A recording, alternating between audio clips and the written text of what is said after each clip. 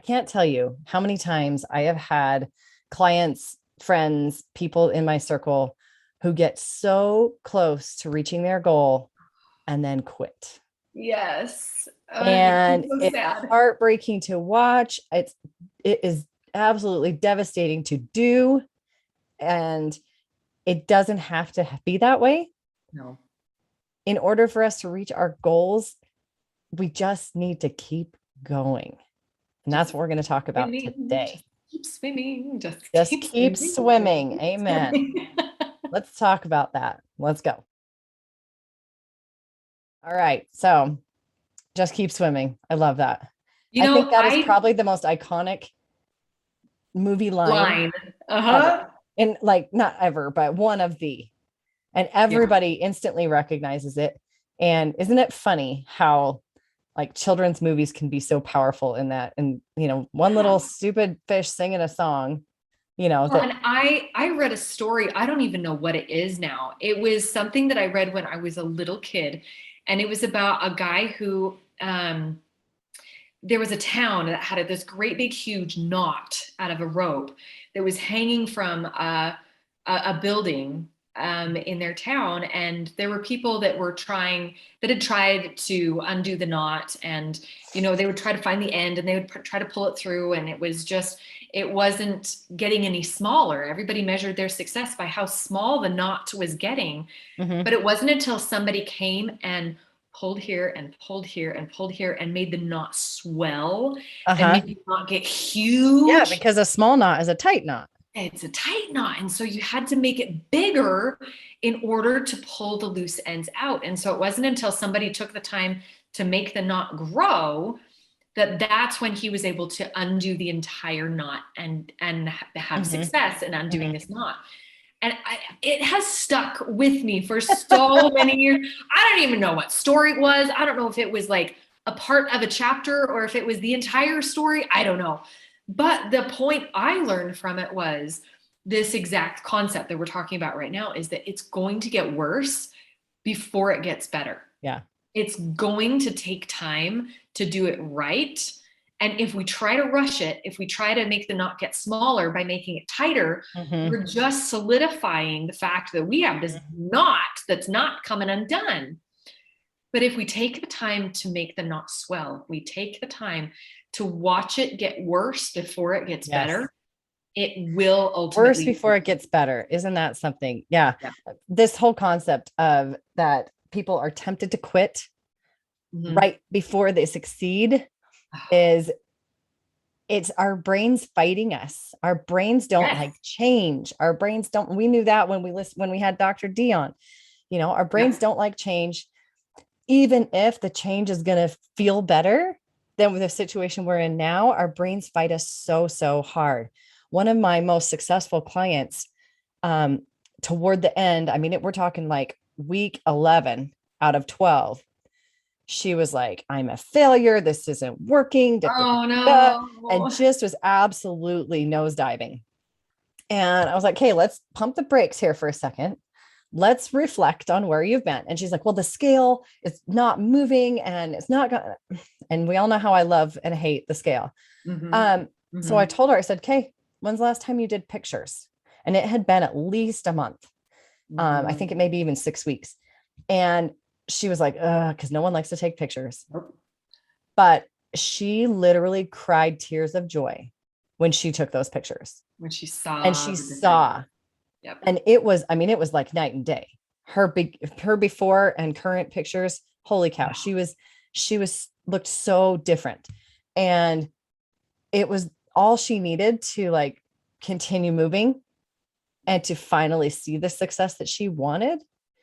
She just texted me the other day that she just hit the lowest number that she's ever seen on a scale. That's And it's like, amazing. it's coming. It's It's coming.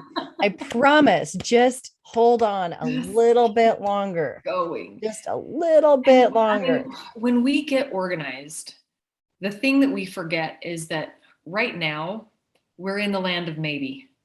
That maybe I need to keep this, and maybe there's a home for this. Maybe it's here, maybe it's not. And so we have stuff scattered all over our house. And when we take the steps to get organized, the first thing we have to do is to pull things in to the room that we want to organize from everywhere else in the house. Mm-hmm. Even if you don't have a place to put it now, you have to bring it into the room Right. because you need to be able to plan on it. You need to be Makes able to that mess see what you have. substantially larger. And you just made the mess so big. Mm-hmm. And then what do you do next? You have to macro sort everything. You have to pull everything out and put like things with like things. So now nothing is put away. Everything is out. You just pulled everything from out of your house into this room. And now you pulled everything out of storage containers and you're looking at it all. And that's when we go, ah! And we freak out and we shove it all back behind closed doors and we walk away. Mm-hmm. But the next thing was to get rid of anything that you didn't need. Your next step was to start clearing stuff out. Yeah. And to start alleviating the battle of the bulge. Mm-hmm. And to start making choices and to start getting better. Mm-hmm. When we freak out is when we were this close. Yes. To start making real and lasting progress. Yes. So you have to let it. That's why shopping comes last, because it has to get worse before it gets better. It has to explode before it can be put away. Yeah. And if you don't go through that explosion moment, mm-hmm. it's not going to last. It's just not, because you haven't gone through the right steps to find everything that you need in that space, to declutter, to downsize, to compare what you have with what you think you have, mm-hmm. and actually make that step happen. Yep. I am very much a visual person. And so I love visual ideas. Uh-huh. And this last week, I showed my son, I said, what's the point of going on an airplane? Mm-hmm. Is the point to be up in the clouds? No, the point is to get from point A to point B very, very fast. Mm-hmm. And the successful airplane lands and taxis to the new gate where you can get off and go. But the majority of the time spent in the airplane is not the very end. The majority of the time is getting to the airport, getting through security, getting on the plane, waiting on the tarmac, flying up in the air, and then, and then we land. Mm-hmm. But if you take a look at, if you just Google like rough airplane landings or scary airplane landings, there are some times when this airplane is coming in and they have to land into the wind.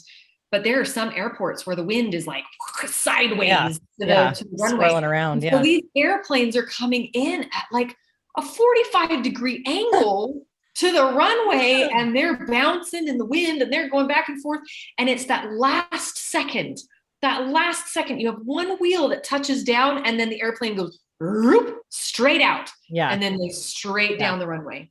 Yeah. And it's that last second of, it's really windy, it's really crazy, it's really, and then, okay, we landed, we're good. Yeah. And we pull into the very end. And it's that last 5% of our time that's actually the successful time. Yeah. We pull into that gate and we get off of the airplane. The other thing you have to remember too, is that your brain, not only does it not like change, but we get this hit of dopamine when we do something, when we're like, I'm going to exercise or I'm going to organize my closet. We get this surge of dopamine because we're excited and anticipating this new awesome outcome, but that wanes after a week or two. Yes. And when that dies out, then we have to generate that excitement. We have to generate that momentum. And if we listen to our brain that says, this isn't fun anymore, it's like a 4-year-old, I'm not having fun anymore, I'm going home. We never get there. Yeah. Right. I mean, how many times do our kids at school and they're excited, first day of school, love school, so excited, can't wait to go. And the first week of school maybe is awesome. But right about this time of year, when they're almost to the end of their first quarter, that's when they start whining, complaining, I hate school. So awful. And the only thing that changed was that excitement, that anticipation waned. Yeah. Yeah. Which is why it's so important to celebrate at the end of something that we didn't want to do. Yes. To teach our brains that the celebration comes at the end. And to keep on it, keep at it, train those neural pathways to be able to say, I know it's not fun right now, but I know the fun is coming. Yeah. And if Yeah. we train ourselves to celebrate at the end of our success, at the end of whatever it is that we're doing, then it will teach us that motivation, like we don't have to have constant motivation through the whole thing. Yeah. But we know that the good is coming at the end. So keep it up, keep going, keep trying. And that it's okay that right now it's really, really messy, because we know that this isn't the end. Yeah. And if we stick with it, we're almost at the end. We're almost at that end of the runway. And just give yourself that time to land and straighten out. And it will get better. If things are sucking right now, it just means you're that close. That close. So close. Just keep swimming. Swimming. I love it. Keep going. Just keep going. It will get worse before it gets better, but I promise, we both promise that it will get better. Just stick with it.